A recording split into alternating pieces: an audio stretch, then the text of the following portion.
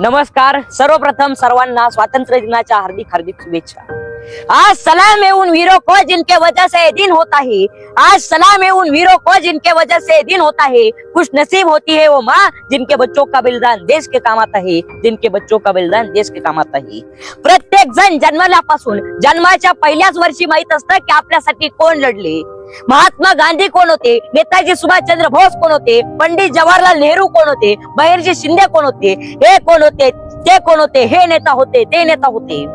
आपण लहानपणापासून इतिहास शिकत आलोय की छत्रपती शिवाजी महाराज कोण होते, पण त्यांच्यातला एक तरी गुण आपण आपल्यात आणतो का?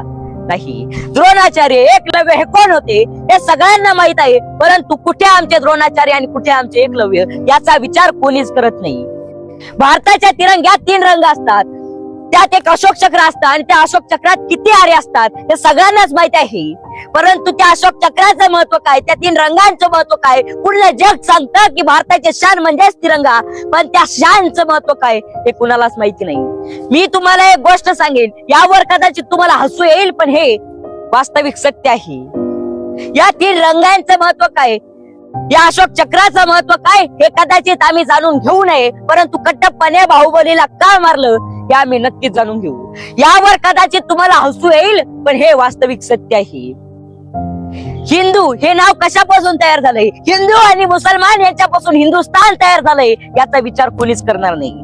आम्ही पाकिस्तानशी भांडण करतो, का करतो तर आमचं भांडण कुठल्याही जाती धर्माविषयी नाही, ही गोष्ट लक्षात आणली पाहिजे. छोटीशी गोष्ट आहे, जर आपण एखाद्या कुत्र्याला दगड मारला तर तो आपल्यावर भुकणारच, पण जर आपण त्याच्या जवळ जाऊन त्याला बिस्किट चारलं तर तो आपल्या बिस्किटाचा मान राखेल.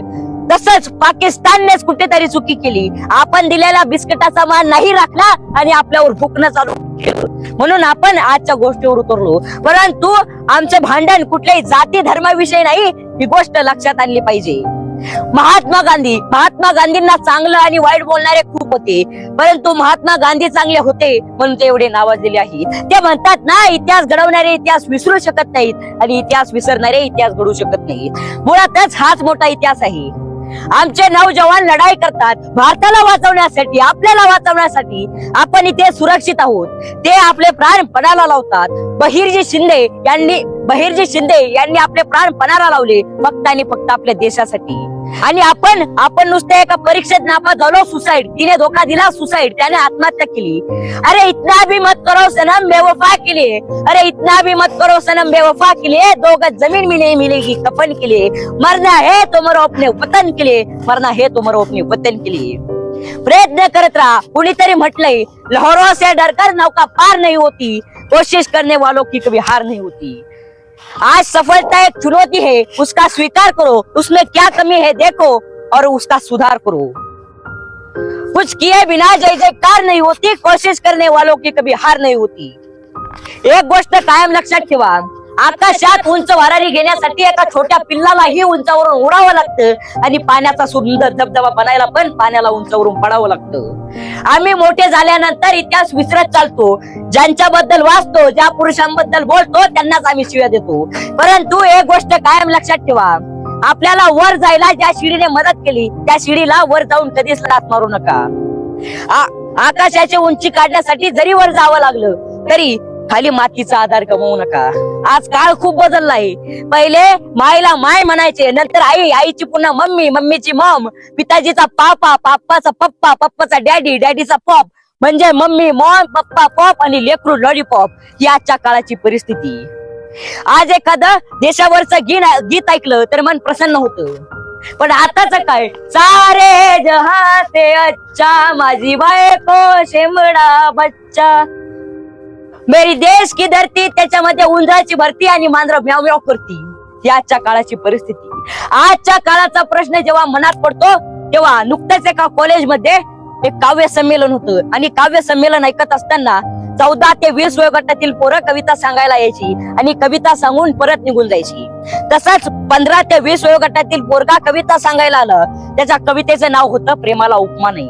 कारण आमच्या पोरांच्या डोक्यात तेच, कारण आम्हाला जवान कोण होते कळलंच नाही. पोरानं कविता सांगायला सुरुवात केली, प्रेमाला उपमा नाही उपमेला साखर नाही, प्रेमाला उपमा नाही उपमेला साखर नाही, साखराला ऊस नाही ऊसाला पाणी नाही, पाण्याला पंप नाही पंपाला वीज नाही, विजेला पैसा नाही पैशाला नोकरी नाही, नोकरीला डिग्री नाही डिग्रीला कॉलेज नाही, कॉलेजला मुली नाही मुलीचं प्रेम नाही, प्रेमाला उपमा नाही. कारण आमच्या पोरांच्या डोक्यात तेच, कारण आम्हाला जवान कोण होते हे कळलंच नाही. बहिर्जी शिंदे यांना साध्या सुपारीच्या खांड्याचा सुद्धा व्यसन नव्हतं, पण त्यांचा वारसा सांगणारी आमची पोरं निर्व्यसनी आणि निरोगी नाही राहिली. साध्या बिडी आणि पुडीसाठी पोरं मरायला तयार झाली, आणि या दारूमुळे तर पोरांच्या हातातला चहाचा कप थरथर कापतोय. अर्धा चहा कपात तर अर्धा चहा बशीत, अशी अवस्था आहे. अरे बापाला काढल्यास घराबाहेर दारात काढते आई पण, अरे बाप काढलास घराबाहेर दारात काढते आई पण बायकोला मात्र रोज म्हणतोस तुझ्यासाठी काय पण तुझ्यासाठी काय पण. अरे तुझ्या आईच्या आठवणी भक्ती बस, अरे तुझ्या आईच्या आठवणी भक्ती बस, तुझ्यासाठी किती केले तिने नवस. इकडून तिकडून तिच्या नवसाला देवाई पावला, आणि तुझ्यासारखा हिरा तिच्या पदरात गावला. तू लहान होता तेव्हा माय तुला शेतात न्यायची, तुला ऊन लागू नये म्हणून स्वतःची पदराची सावली धरून राहायची. आणि तुला भूक लागली ना तेव्हा तू दूध प्यायचा, आणि दूध संपला की तू तिचं रक्त सुद्धा ओढायचा. अरे रक्त पिऊन पोचलास लेका त्या रक्ताचा तरी ठेव मान, अरे रक्त पिऊन पोचलास लेका त्या रक्ताचा तरी ठेव मान, पवित्र अशा मातेचा करू नको अपमान. किती दिवस जगणार आहेस लेका झाडावरचं पिकलं पान, अजून किती दिवस जगणार आहेस लेका झाडावरचं पिकलं पान. आता फक्त एवढं कर, दारातल्या मायेला तेवढं घरात आण. तू गोड गोड खा त्याला शिळी भाकर तरी दे, तू गोड गोड खा त्याला शिळी भाकर तरी दे, आणि भाकर वाढायला जर बायको आडवी आली ना तर तिला सरळ घराबाहेर काढ.